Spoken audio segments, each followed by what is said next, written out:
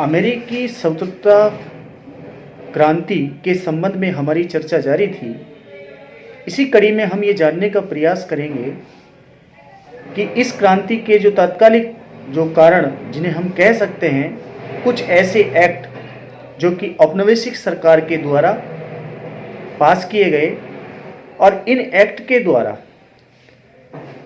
जो व्यवस्थाएं रही, उन व्यवस्थाओं से लोगों में असंतोष व्याप्त हुआ और इनके कारण कुछ ऐसी घटनाएं घटी।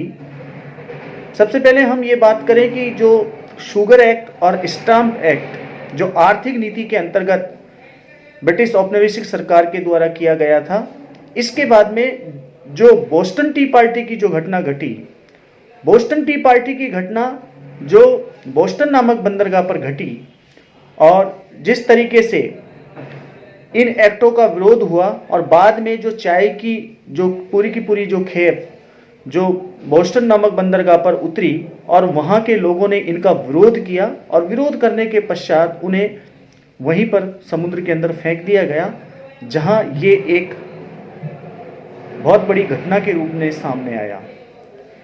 अमेरिकी क्रांति के जो कारण निहित हैं, उन्हीं के अंदर जो कुछ महत्वपूर्ण घटनाएं घटी, उन घटनाओं के संबंध में हम जानकारी प्राप्त करेंगे और ये जानने का प्रयास करेंगे कि जो कौन कौन से जो एक्ट थे, उन एक्ट से अमेरिकी वासियों के अंदर असंतोष व्याप्त हुआ। सबसे पहले हम बात करें कि शुगर एक्ट। शुगर एक्ट जिसके बारे में कहा गया है कि युद्ध के अंतिम दिनों में इंग्लैंड की राजनीति में एक परिवर्तन आया और जॉर्ज तृतीय के राजा बनने के बाद पीट नामक जो व्यक्ति था उसे प्रधानमंत्री पद छोड़ना पड़ा और ग्रेनविल नया प्रधानमंत्री बना और ग्रेनविल और उसके साथी टाउनशेंड ने यह तय किया कि उपनिवेशों में अधिक जागरूक शासन की व्यवस्था करनी चाहिए। इसी उद्देश्य से उपनिवेशों के साथ में जो व्यवस्था थी, उस व्यवस्था के अंदर जो व्यय की वसूली के लिए जो उपाय सोचे गए, उनके संबंध में कहा गया है कि नाविक और व्यापारिक नियमों का कड़ाई से पालन होना चाहिए। अमेरिकी व्यापार उद्यम से संबंधित नए कानून बनने चाहिए। नई व्यवस्था आरंभ करने में पहला कदम 1764 ईस्वी में शुगर एक्ट था, जिसका ध्येय व्यापार को नियंत्रित किए बिना आय बढ़ाना था। ये पुरानी मोलसेज एक्ट का ही संशोधन रूप था। संशोधित शुगर एक्ट के अनुसार विदेशी रम का आयात बंद कर दिया गया। सभी स्थानों से आए शीरे पर साधारण कर लगा दिया गया और शराब, रेशम, कॉफी, अनेक विलास सामग्रियों पर भी कर लगा दिया गया। इनको कड़ाई से लागू करने के लिए सीमा शुल्क अधिकारियों को यह आदेश दिया कि वे अधिक दृढ़ता के साथ में काम करें। अमेरिकी समुद्र में स्थित ब्रिटिश युद्धपोतों को यह भी कहा गया कि तस्कर व्यापारियों को पकड़ लें और शाही अधिकारियों को रिट्स ऑफ असिस्ट विशिष्ट अधिकार प्रदान करते हुए संदिग्ध स्थानों की तलाशी लेने का अधिकार भी दे दिया गया। उपनिवेशों के लिए यह नियम की व्यापकता तथा उसके पालन के लिए उठाए गए कदम दोनों ही असंतोषजनक थे, क्योंकि इससे उनके आर्थिक हितों को नुकसान पहुंच रहा था और एक पीढ़ी से अधिक समय न्यू इंग्लैंड वाले अपने रम की भट्टियों के लिए अधिकांश शीरा फ्रांसीसियों और डच पश्चिमी द्वीप समूह से बिना किसी आयात के मंगाते थे। अब वे न तो सस्ते दामों पर शक्कर ही मोल ले सकते थे, न रम बनाने के लिए शीरा ले सकते थे। इसके विपरीत यह नियम अंग्रेज शक्कर उत्पादनों के लिए लाभदायक था, अतः उनका उत्तेजित होना स्वाभाविक था। कर लगाने का यह नया अधिकार शीघ्र ही विवाद का विषय बन गया और इस विवाद के अंतर्गत अमेरिकी उपनिवेशों को इंग्लैंड से अलग कर दिया। Currency act. शुगर एक्ट के बाद में जो करेंसी एक्ट आया, उस एक्ट के अंतर्गत इसी वर्ष में इंग्लैंड की संसद ने एक मुद्रा कानून करेंसी एक्ट पास किया। इसके अनुसार राजा के किसी भी उपनिवेश में भविष्य में जारी की गई कोई भी हुंडी वैध नहीं मानी जाएगी। हुआ ये भी कि बहुत से उपनिवेशी नगद रुपए के स्थान पर अब कागज के नोट छापकर अपने ऋण का भुगतान करते थे। इससे इंग्लैंड के आर्थिक हितों को हानि पहुंचती थी। नए कानून के उपनिवेशों को का आर्थिक बोझ बढ़ा दिया गया क्योंकि उनके पास नगद रुपए की कमी थी। 1765 ईस्वी में बिलेटिंग एक्ट पास किया गया, जिसके अनुसार उपनिवेशों को राजकीय सैनिकों, निवास स्थान तथा आवश्यक सामग्री देने को कहा गया। उपनिवेशों के लिए यह कानून अपमानजनक तथा आपत्तिजनक था।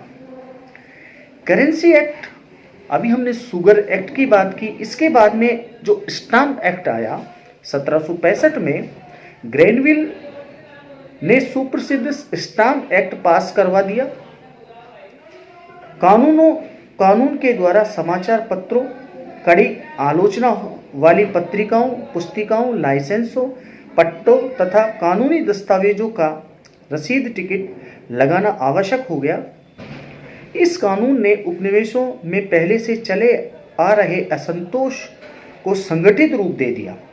यद्यपि इस कानून द्वारा लादा गया बोझ बहुत हल्का था और इससे प्राप्त होने वाली आय का उपयोग उपनिवेशों के लिए ही किया गया था, फिर भी उपनिवेशों में तत्काल इस एक्ट का विरोध हो गया। वर्जीनिया का पैट्रिक हेनरी वर्गीज सभा में ही आपे से बाहर हो गया और उसने घोषणा की कि वर्जीनिया के लोग पर यह कर का अधिकार वर्जीनिया का प्रतिनिधि सभा के सिवाय किसी को नहीं है। मैसाचुसेट्स में भी स्टाम्प एक्ट का जोरदार विरोध हुआ। वहां जेम्स ओटिस, सैमुअल एडम्स जैसे बौद्धिक वक्ताओं के भाषणों ने जलते तेल पर काम किया। एडम्स ने न्यू इंग्लैंड, न्यूयॉर्क, पेनिसिलिया में दंगा खड़ा हो गया। स्टाम्प बेचने वाले अपने पद छोड़कर भाग गए और एक साथ ही उपनिवेशों के नेताओं ने स्पष्ट कहा कि उपनिवेशों पर अब उनकी प्रतिनिधि सभाएं ही काम कर सकती है। नो टैक्सेशन विदाउट रिप्रेजेंटेशन का नारा बुलंद हो गया। उपनिवेशों के व्यापारियों ने संगठित होकर आयात बहिष्कार संघ बनाया और इंग्लैंड से माल न मांगने का निश्चय किया गया। ये जो स्टाम्प एक्ट आया, इस स्टाम्प एक्ट की जो प्रतिक्रियाएं थी वो पूरे अमेरिका के अंदर, खासकर वर्जीनिया जैसे, मैसाचुसेट्स जैसे जो औद्योगिक क्षेत्र थे, वहाँ इसकी जबरदस्त प्रतिक्रिया देखने को मिली। अमेरिका उपनिवेश में स्टाम्प एक्ट का जो विरोध हुआ उससे इंग्लैंड में खलबली मच गई। 1765 की सरगर्मियों में मातृ देश से व्यापार गिरने लगा।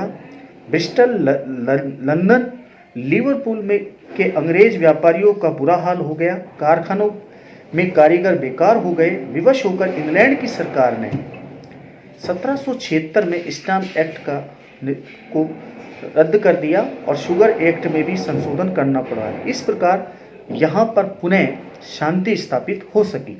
स्टाम्प एक्ट से उत्पन्न समस्या प्रतिनिधि के प्रश्न पर ही केंद्रित थी।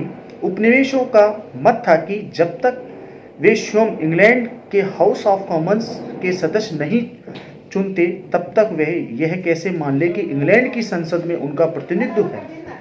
परंतु इंग्लिश सिद्धांत स्थान की अपेक्षा वर्गों और स्वार्थों के प्रतिनिधियों पर आधारित था।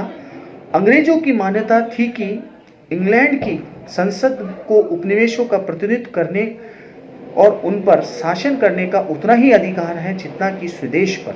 इंग्लैंड और अमेरिका की तात्कालिक राजनीतिक विचारधाराओं में यह बुनियादी मतभेद था जिनको अंत में युद्ध भूमि में जाकर ही सुलझाना पड़ा। इस प्रकार से कुछ नए कानून और यहाँ बने और ये नए कानून जो थे 1767 ईस्वी में इंग्लैंड के वित्त मंत्री चार्ल्स टाउनशेंड ने जल्दबाजी में कुछ नए कानून पास किए कि उपनिवेशों को उतना ही अप्रिय असहनीय थे जितने कि पहले वाले नियम। एक नियम के अनुसार शीशे, कांच, रंग, चाय और अन्य वस्तुओं पर जिनका आयात उपनिवेशों में होता था चुंगी लगाई गई। इससे होने वाली आय का उपयोग उपनिवेशों में ब्रिटिश सरकार की ओर से नियुक्त गवर्नरों तथा राज्य के कर्मचारियों के वेतन अन्य खर्चों के भुगतान पर किया जाना था। इसका अर्थ था गवर्नरों पर औपनिवेशिक विचारधारा को नियंत्रण करना था। इससे उपनिवेशों को यह मत विश्वास हो गया कि संसद ब्रिटिश उपनिवेशों के मामले अधिक नियंत्रण रखने की सोच रही है।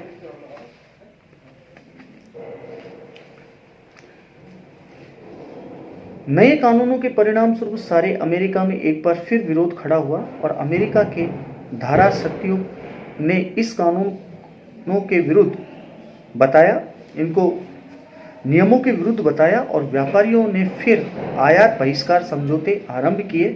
सभी उपनिवेशों में इंग्लैंड से बने सामान का बहिष्कार किया जाने लगा और इस बहिष्कार से अंग्रेज व्यापारी घबरा उठे और इंग्लैंड से भी ये लोग शोर मचाने लगे। ऐसे कानूनों से झगड़े के स्रोत थे, इनको निरस्त किया जाए। मैसाचुसेट्स में भी सीमा शुल्क अधिकारियों ने कर वसूल करना प्रारंभ कर दिया। जनता उन पर ने जब इन पर विरोध प्रकट किया तो उन्हें पीटा गया। इस कारण सीमा शुल्क आयुक्तों की रक्षार्थ 2 सैनिक टुकड़ियां भेजी गई। ये जो कानून बनाए गए नए कानून, इन नए कानूनों का जो विरोध एक तरफ यहाँ अमेरिका के अंदर भी नहीं बल्कि इंग्लैंड के व्यापारियों के अंदर भी इसकी प्रतिक्रिया देखने को मिलती है। इसके पश्चात बॉस्टन हत्याकांड हुआ और उस बॉस्टन हत्याकांड के जो कारण निहित थे उनकी हम यह चर्चा करेंगे। बॉस्टन में ब्रिटिश सैनिकों की उपस्थिति में उपद्रवकारियों को और अधिक उत्तेजित कर दिया। जून 1767 में ब्रिटिश संसद ने एक और कठोर कदम उठाया। उसने न्यूयॉर्क की विधानसभा को इसलिए निलंबित कर दिया कि अंग्रेज सैनिकों के आवास की असंतोषजनक व्यवस्था नहीं कर पाई थी। यह कदम उपनिवेशियों की स्वाधीनता के मूल तत्वों पर कुठाराघात था। दोनों पक्षों के मध्य असंतोष बढ़ा। 5 मार्च 1770 के दिन बॉस्टन नगर में सारा अंग्रेज सैनिकों और नगरवासियों के बीच में झगड़ा हो गया। पहले तो झगड़े में बर्फ के टुकड़ों से काम लिया गया, परंतु अंत में घबराए हुए ब्रिटिश सिपाहियों ने गोली चला दी। इसमें 3 नाविक मारे गए। उपनिवेशों में उपद्रवकारियों को इंग्लैंड के विरुद्ध भड़काने वाले असंतोष में इससे बहुमूल्य सहयोग मिला। एक अमेरिकी इतिहासकार के द्वारा लिखा गया है कि इस घटना को बॉस्टन हत्याकांड की संज्ञा देकर इसे नाटकीय ढंग से ब्रिटिश हृदयहीनता की नृशंसता के प्रमाण के रूप में चित्रित किया गया, जिसका बहुत अनुकूल प्रभाव पड़ा। अमेरिका और अंग्रेज व्यापारियों के विरोध के सामने ब्रिटिश संसद को झुकना ही अच्छा समझा और इस अधिनियम को संशोधित कर दिया गया। संशोधन के अनुसार चाय के अतिरिक्त अन्य सभी वस्तुओं पर टाउन शेड शुल्क को हटा दिया गया। चाय कर भी जॉर्ज तृतीय के विशेष जोर देने पर रखा गया। उसका मानना था कि अधिकार की रक्षा के लिए एक कर तो होना ही चाहिए। जो भी हो, इससे स्थिति काफी शांत हुई। ये जो चाय कर का जो यहाँ प्रावधान किया गया, उसके बाद में स्थिति कुछ समय के लिए यहाँ सामान्य हुई, लेकिन बाद में स्थिति बड़ी भयावह हुई। इसकी चर्चा हम बॉस्टन जो टी पार्टी की जो घटना थी उसके अंतर्गत करेंगे। Thank you.